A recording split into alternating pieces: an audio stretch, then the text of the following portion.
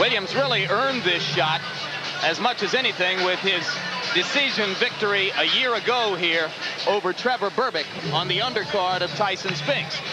And that's one of the bouts that boxing critics used to downgrade his chances tonight. He did not look terrific against Berbick. I think we have to assume that he'll be the best he can be tonight if we can remember that he came up very big in his other big event. And maybe that means he'll give us more of a fight than we expect. We just have to assume that. He is in excellent condition. And there comes the champion entering the ring for his 37th professional fight.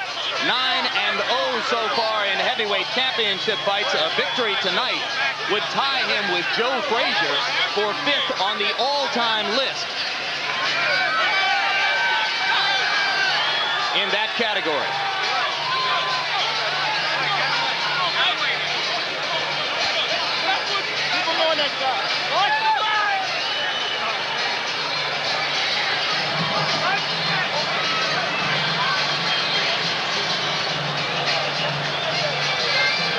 Directly in front of Tyson was Aaron Snowell. He's now stepped ahead of a security guard. Jay Bright is the man just behind Tyson's shoulders now as he prepares to step up into the ring, whipping the ripped towel off over his head. Of course, the gladiator look remains intact. Black shoes, no socks, black trunks, Mike Tyson. You know, it is a sign of the importance that boxing has to Mike Tyson, that no matter what goes on around him, he's ready to fight. As he has been 36 times with 32 knockouts so far.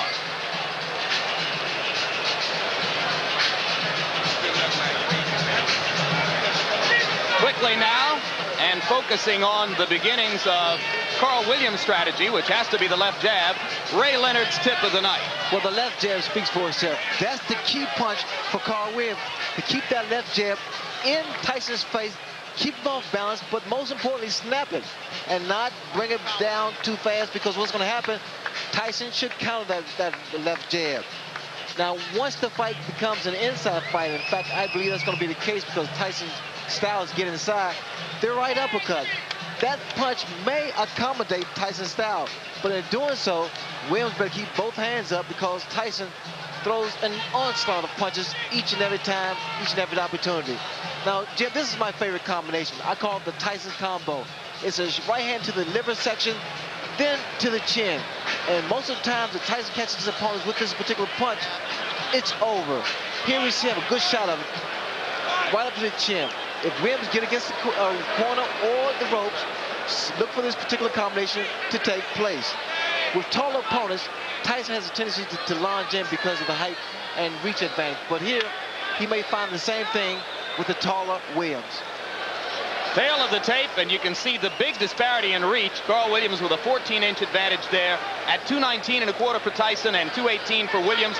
Both fighters appear to be in superb physical condition. Rules for the bout, combination, and before we look at rules, we'll look at the punch stat computations. Larry Merchant.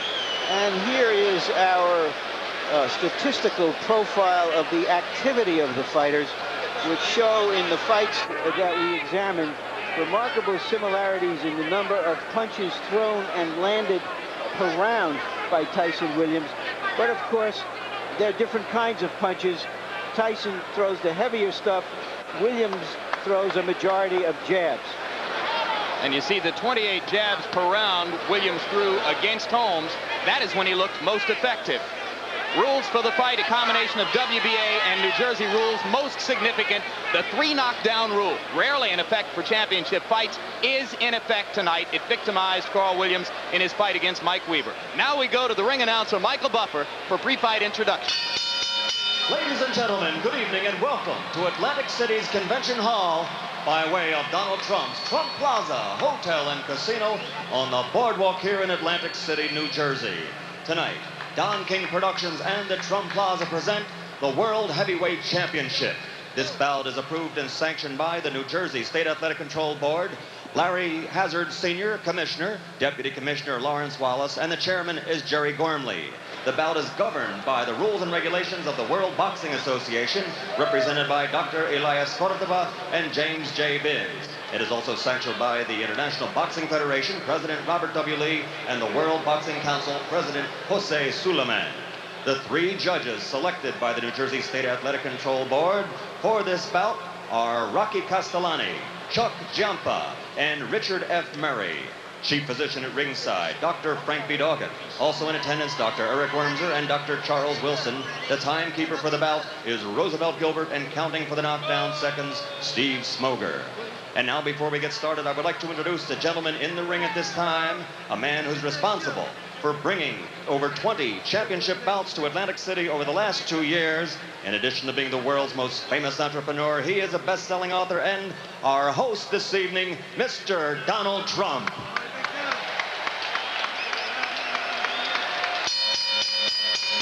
And now, ladies and gentlemen, from the Trump Plaza Hotel and Casino in Atlantic City, New Jersey, let's get ready to rumble. 12 rounds of boxing for the undisputed heavyweight championship of the world. The referee for this bout is Randy Newman. Introducing first, fighting out of the blue corner, wearing the white trunks with red trim, he weighs an even 218 pounds from Absecon, New Jersey. His professional record, 22 victories against only 2 defeats, 17 knockouts to his credit, and 14 of those 17 KOs within 5 rounds or less. Ladies and gentlemen, the #1 heavyweight challenger in the world today, Carl "The Truth" Williams.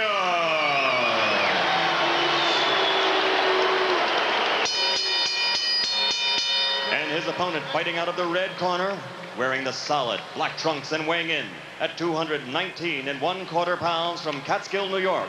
His professional record is unblemished with 36 consecutive victories, 32 knockouts, 28 KOs in 5 rounds or less, and 16 in the first round alone.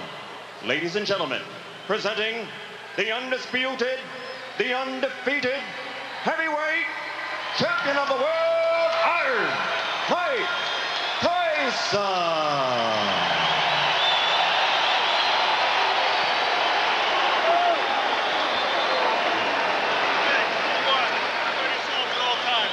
Number 2, obey my commands. I'll shake hands and come out of the bell.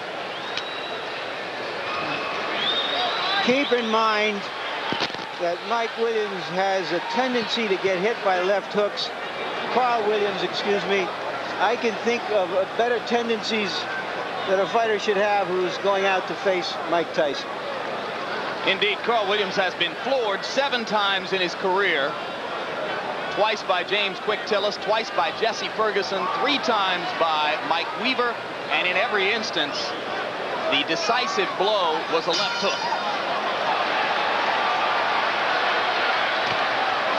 The people in Williams' corner are sincerely worried about what he does in the first 30 seconds against the Tyson onslaught. And it would appear that the strategy to begin with is to hold, and referee Randy Newman says, we're not going to start that way.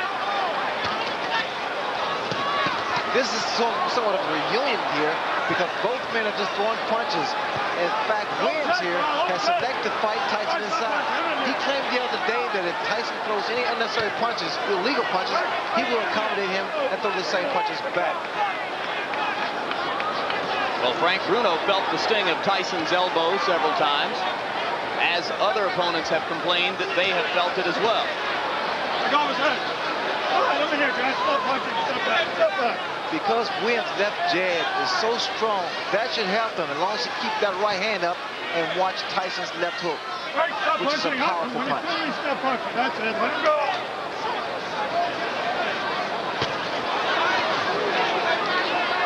All right, that's it. I'm here. Let him go. Get back.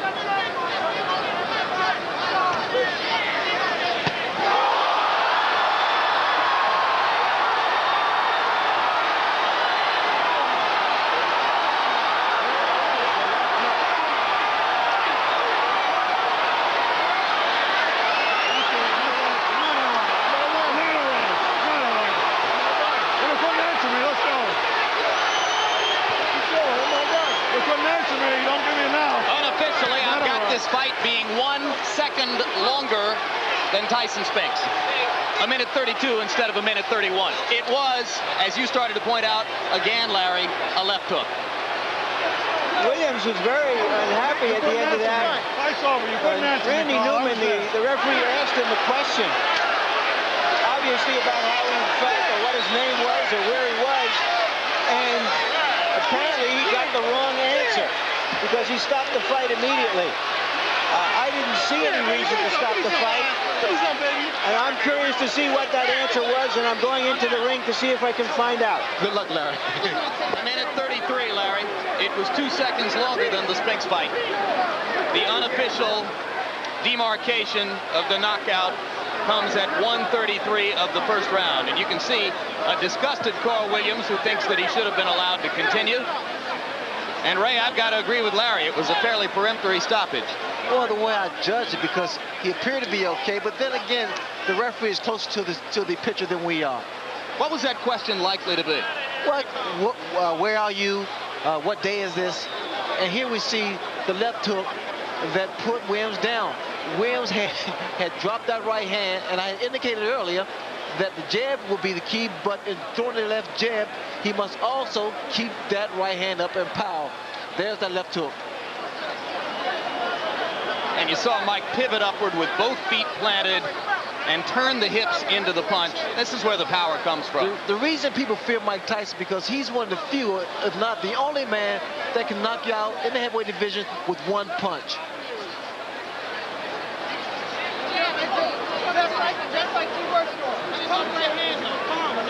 Here's another look at the devastating left hook. And what Tyson does here, he bobs and weaves, gets under that jab and counters with a beautiful left hook. Perfectly timed, as Williams was dropping the right hand, just as you said he did after throwing the jab. Well, what happened for Williams is the fact that his left jab rather, was working, and he felt very comfortable.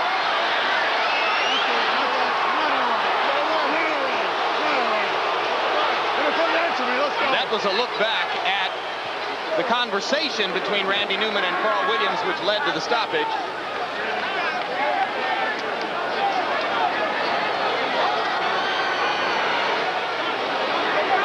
Mike Tyson, as usual, awesome. I'm reminded of a night in the Meadowlands in New Jersey when a referee stopped a bout between Mike Rossman and Victor Galindez. After a similar conversation, Rossman, the victim of the knockout, he chased the ref across the ring yelling, "What was the right answer?"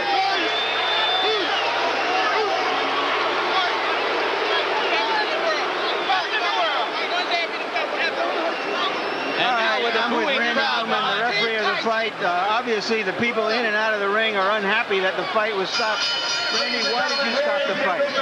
When he got up at 8, he was wobbly. He wasn't standing up. He was leaning against the ropes. I asked him a question, a very simple question. How do you feel? Not for the answer, but to see how he responded.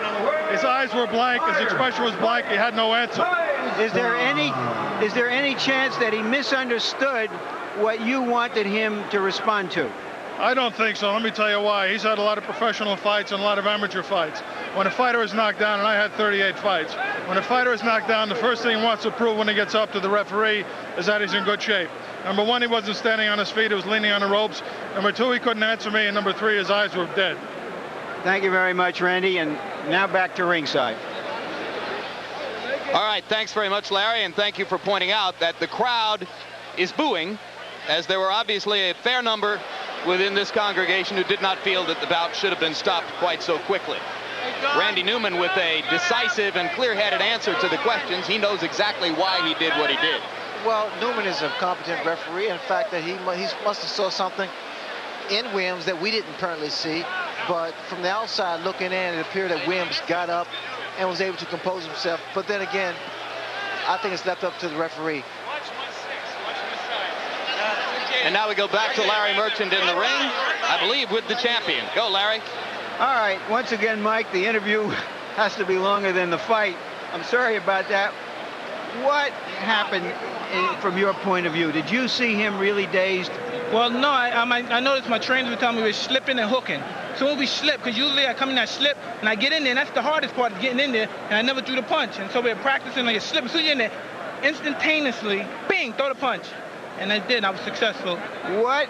Were you surprised that he stayed on top of you as much as he did, that he didn't try to move? Oh, I loved it. I loved it. I just knew it took it just with a matter of time. I loved it. So you knew that as soon as he was doing that, that you were going to get a clean shot sooner or later. Exactly. And my punches were accurate and pinpoint, and I knew eventually I was going to get him. He has a reputation for getting hit with left hooks. Were you looking for that opening? No, I was very confident. I wanted to hit him, catch him with a good right hand. Believe me, my right hand is my favorite punch, but I never catch anyone with it. You know, it's my best punch, and I always hit guys with left hook. All right, we're going to try to take a look at the where's the monitor? At the monitor, if we can find it, so that we can determine what happened.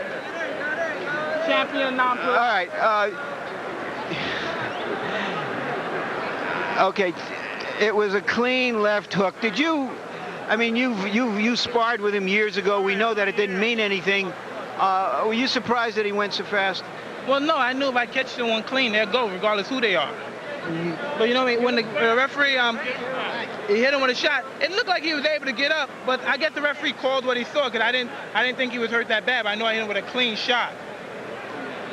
Speculate for me. How long would it have taken you to get him down a second time if the fight went on? Oh, no problem. I'd have been all over him. Maybe it's better that the referee did stop early. I would have been all over him. That's when I'm most dangerously, when I know I have someone hurt. For the record, Mike, I don't know if you know it, this fight went a couple of seconds longer than the Spinks fight. So far in this building, in the last 13 months, you've fought about 1 round and 2 fights. Well, it's good. I like coming in this building. I like being here. And Donald Trump, he don't play around. He pays that money up. And for this fight, Don told me if I knock him out, he'll pay me $100 grand. And I'm looking forward to that $100 grand. Who? Don is going to pay for you? Don King, yeah. $100 grand for a knockout. All right, we all want to be there when that happens. When is this going to happen? Right, at the post-press conference. You got to get yes. My church can use some of that money. Yes. All right. Reverend Henry J. Payton, Holy Trinity Baptist Church. No doubt. Let's talk about, all right, now let's talk. You've talked about being in control of your career. Tell us what you think is next. Who is next? Well, I'm just taking it one step at a time. I'll fight anybody. You know what I mean? I don't discriminate from anybody. I'm the best fighter in the world, and there's no man that can beat me. Does this mean that Holyfield is or is not your next opponent? Well, he's in my future, but I don't think he's in my immediate future. But come on, Holyfield, don't matter. That's kids' play. So you think that you'll fight Holyfield like early next year, and you may have 1 or 2 fights before then? Most likely, but you know what I mean? If they can discuss our things with their people, we can fight in 2 weeks, 3 weeks. He caught a quick knockout, I got a quick knockout. We both still need to work. We didn't get any work. All right. Jose Ribalta was one of the fighters being considered for your next opponent, and he had a dreadful outing in a preliminary tonight. Did that eliminate him? Well, it looks kind of dreary for him, but you never know. If he have a couple more fights and he cleans up his act, he's always a good prospect. What about Douglas, who looked a little better, if not great, in another preliminary? He's been mentioned as a possible opponent. I take all comers. I don't duck any man. Can we assume that Michael Dokes is one of the prospects? All comers. Come one, come all, because nobody can get close to me. They're not even close. I'm the best fighter in the world. There's been discussions that today people from Israel have been offering you money to come and fight there. You've been reluctant to go abroad. Do you think that as a world champion, as someone who says, I'm the best man on the planet, that you will start to fight abroad? Well, eventually we'll do that, you know what I mean? But like you said, I'm not in a hurry to leave my country, you know what I mean? I love my country. I'm not in a hurry to leave anywhere. But you know what I mean? If things are right, I'll fight anyone, in any place, in their backyard.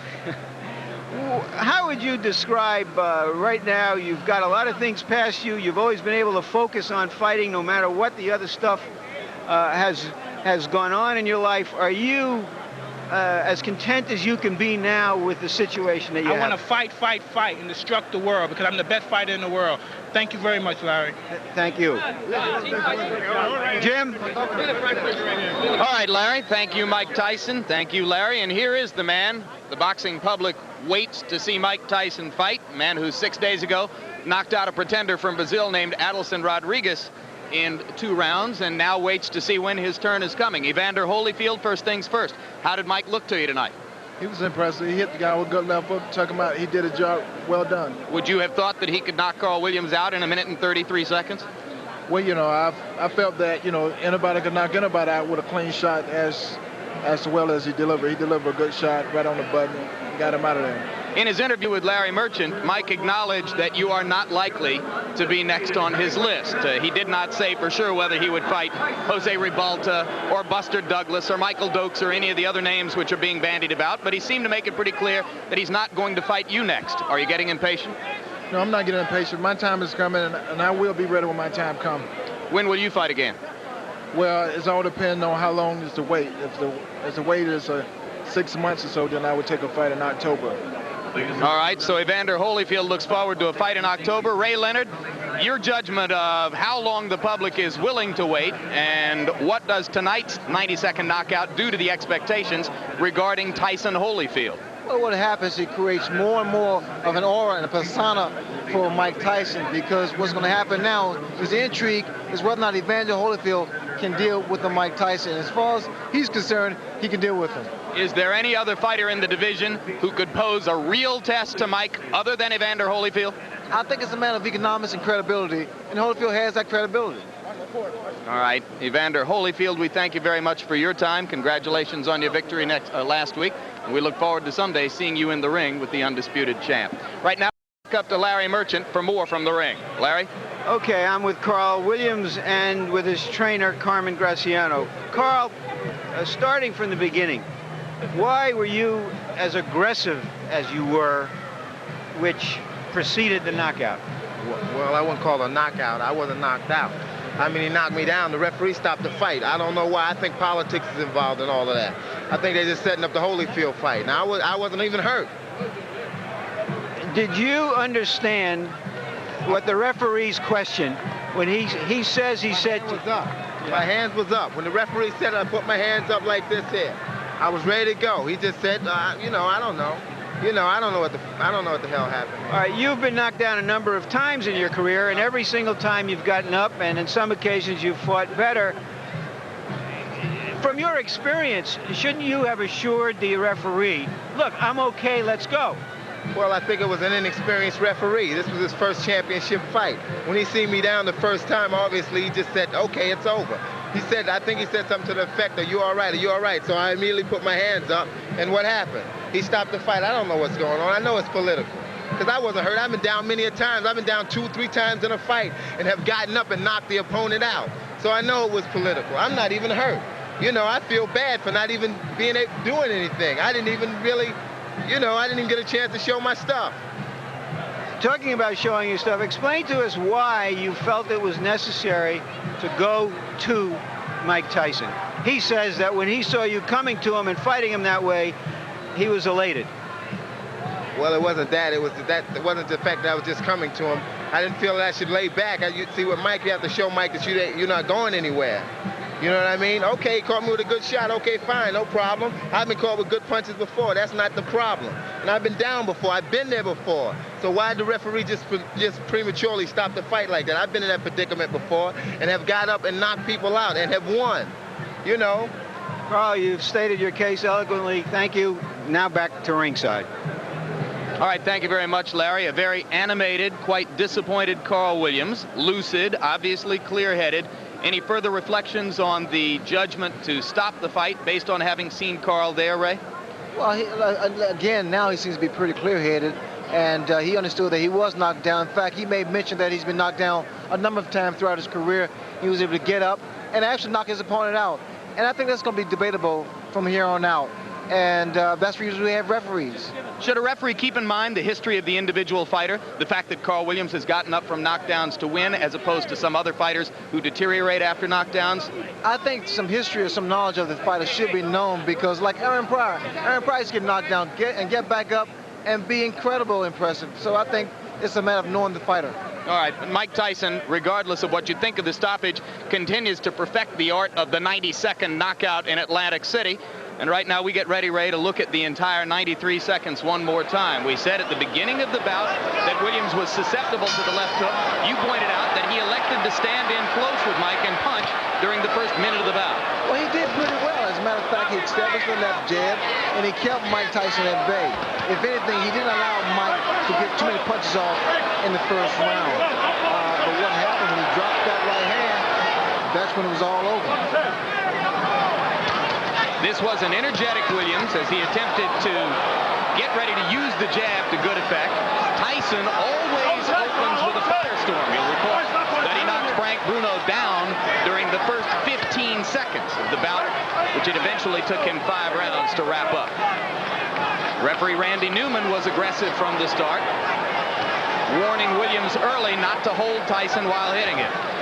As you watch him drop his right hand. When Williams throws the left jab, he has the tendency to drop that right hand, which the left hook of Mike Tyson will accommodate that. And when you say drop the right hand, it's not a big drop. It's almost imperceptible, but it's very important in boxing technique. Well, it leaves you open for the left hook. And when you place a fighter with the power and the left hook of Mike Tyson, that right hand should be glued to your chin. And I'm sure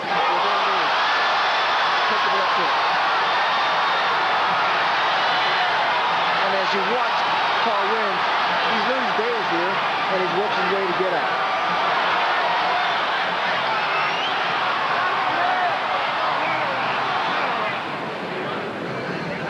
So that was that, and Tyson once again etches his name onto the list of shortest heavyweight title bouts in history.